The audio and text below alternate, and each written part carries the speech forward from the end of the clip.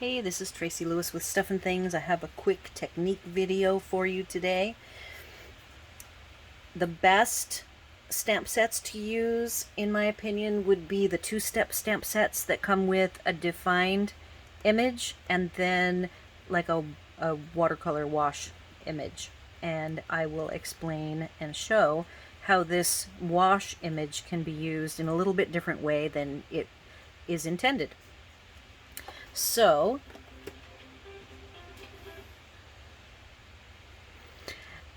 I picked three colors, just any old colors, but fairly bright, and they kind of go with the three images that I am going to focus on, which is going to be the butterfly, the flower, and the hummingbird.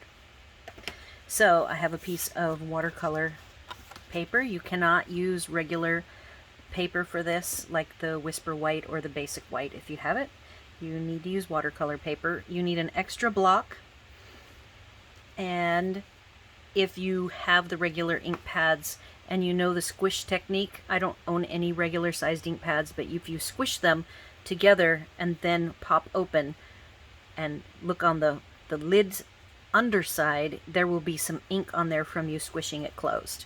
But spots don't do that. So my alternative method is to simply put some ink on a block. So this technique does require you, let's see if I can get this wet fairly quickly. Wet your paper, so it's a wet on wet technique. And you might not see, but I'm looking at the angles to make sure that the paper is good and wet. Though I say it's a quick technique, you can get really technical and make it really pretty. Just depending on what your goal is for this. I'll try to keep it fairly quick, though I do tend to get all wrapped up in the fine intricacies of these fun artsy techniques, as I like to think of them. Alright, so I am going to do 3 washes, 1/3 of the way, and I'm not going to, for the first wash, get very picky about it. But I'm wanting to get rid of any of the definitive lines I'm seeing. No lines required. So that's about 1/3. And I'm going to then, because I want a little more detail and some depth to this, step 2, while it's still wet, is to apply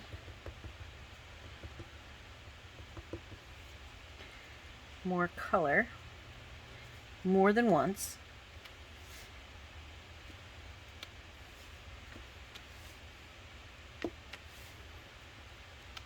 And I'm pretty happy with that. You have to clean everything off in between because it's the same block and stamp you're going to use for all 3 colors. So if I wanted to, I have more than one of the paper pumpkin, and so I could have, in hindsight now, pulled out 3 extra paper pumpkin blocks so that I could keep the colors wet for doing more work. But we'll see if I can get it done without having to have the, because that's what I would do if I was spending a lot of time on it, which I'm trying to accomplish without spending a ton of time. Alright, now I need to get the pink off my brush. So a paper towel is probably good. Even I would say a cup of water, which I did not grab. Alright. I'm going to re-wet the center here.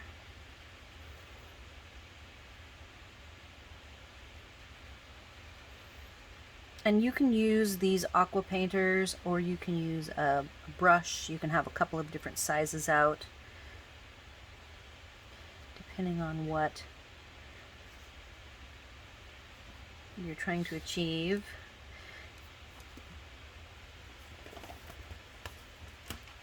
Making sure the pink is gone off of this. So the 3 colors is Granny Apple Green, which I'm doing now, Highland Heather, and Melon Mambo. Now, one thing I will say, this green might not get dark enough for what I might want to do. Let's just see. Oh, that's fine. Okay, I like that. I'm even liking the dispersion of the color with how wet that is. Now I'm gonna clean everything off really quick, do the third color, and then what I tend to do with this type of thing is use my heat gun to dry it off more quickly. And a trick to heat gun work is don't forget to heat the back. As it curls back and forth with your heat on the front, go ahead and use the heat gun on the back to help flatten out your paper. Another little tip.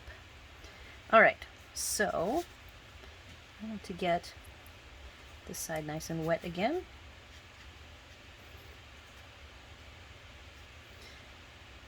And the green has, because it was curled, has kind of oozed over onto the purple side. I'm not going to worry too much about that. It will get trimmed down. This is a 4x6. Oh. And then I picked Highland Heather, which I see is going on awfully faint. And so what I could grab if I needed to is the Gorgeous Grape. I just was trying not to go too dark, so I made sure I picked middle tone colors. So we will see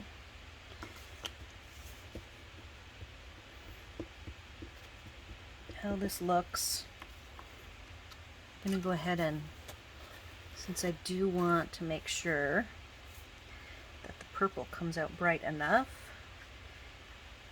get rid of a little bit of the wash. And that is, again, coming out just fine. And then I'm not looking for a leafy look. I'm just looking for some randomness to it. So at this point, I am going to actually turn off. My heat gun is far away. I don't have it over here with me, so I have to stand up to use it. So I'm going to go over and heat dry it. Once this is dry, I could choose to use this exactly as is, and I'm probably going to stop my demo. One of the things I will show right now is splattering is a secondary technique that I really like to do. I'm going to get some purple. So that's a splatter. You can see the little splatters. And I like to add that as a, just to make it look more interesting.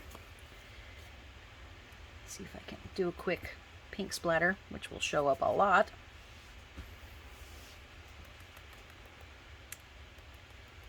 Okay. So there's the pink splatter, and there's some soft purple splatter even, and I don't even mind the pink showing up. And I will dry this, and I have a finished project to show you. That is a really cool way to work with these backgrounds that I love to make. So I will be back in just a flash. Alright, I'm all done drying, and now I am going to put the images, the 3 stamps on my 3 blocks that I did finally get out. For stamping, for this purpose, you're either going to use Versamark with black, or you can use StazOn, and I am going to use StazOn. And I hope my StazOn is fresh enough to go on nicely. I would start in the middle and work my way out.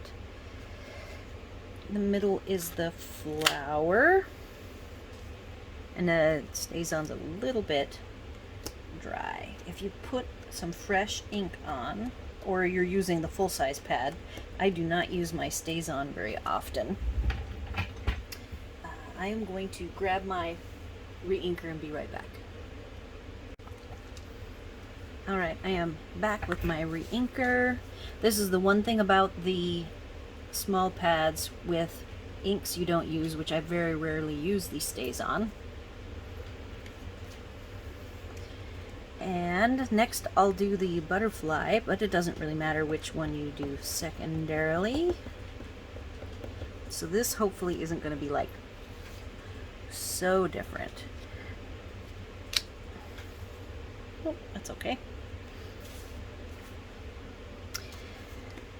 And a part of this for me that really makes this work, this technique with these images, is to trim off a little bit of the outside images.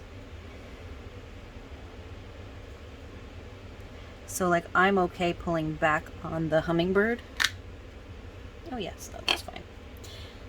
I'm gonna clean really fast before this stays on dries. Though, see, it still stains.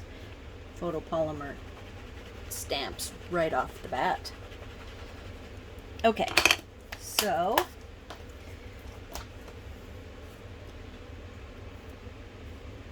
that is all for my demo, because I have a perfectly finished project to show you what it looks like. So this, I would trim off. I would leave as much as I could of the hummingbird, and you'll see on the one that's finished.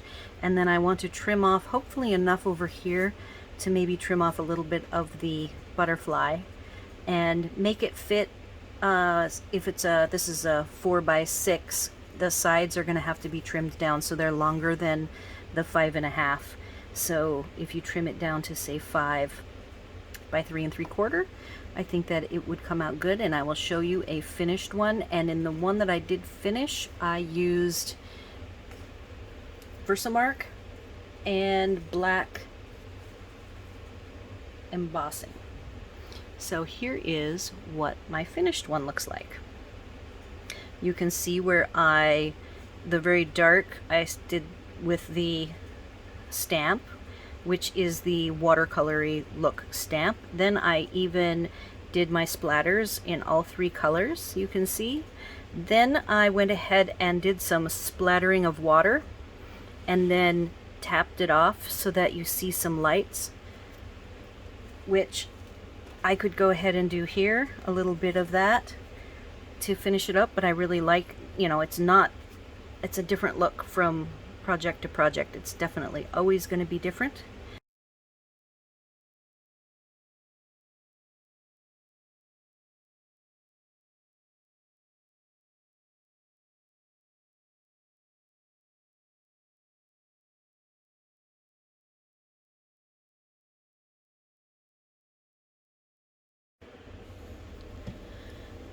Alright, before I go, I wanted to share the finished project and also talk about the last little tips for making it.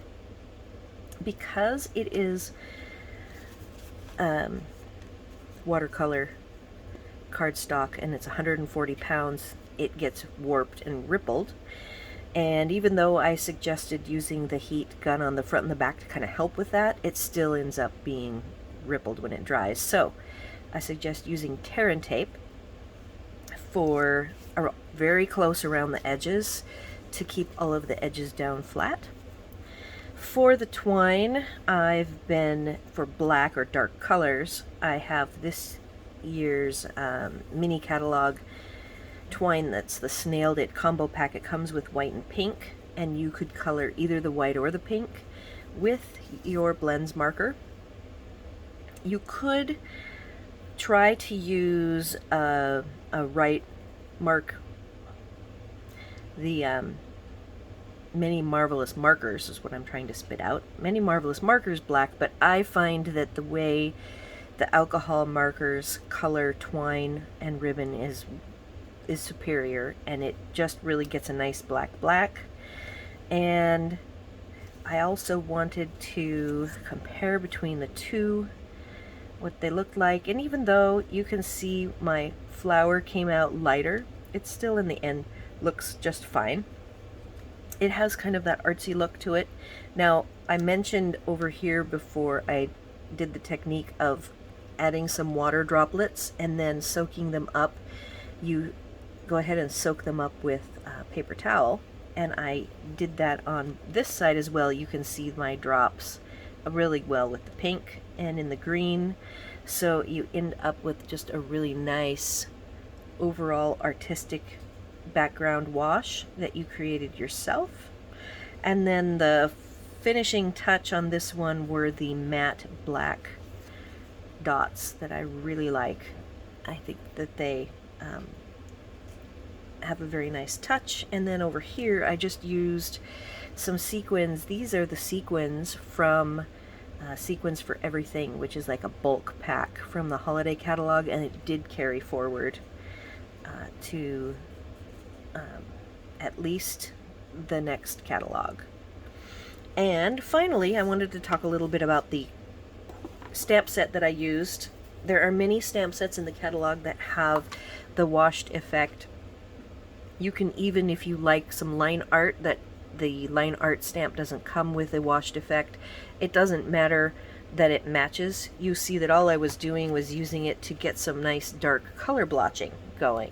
So you can pick a different stamp set that has the wash for the effect, but these stamp sets say in real little tiny print two-step. These are called two-step stamps, and that's the Stampin' Up term.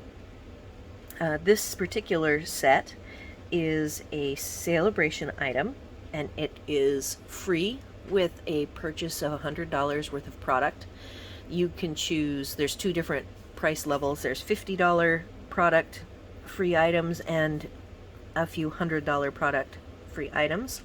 This one is free with $100, and the sale lasts through the end of February.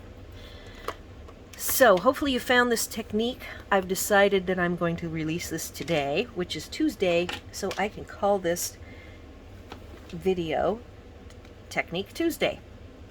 And I'm going to start releasing my different videos on the days that kind of match with a fun name, just to kind of spice things up a bit. And if you have any questions, comments, or suggestions, you can leave them on this video or over on my blog. And be sure to like and subscribe. And thanks for watching.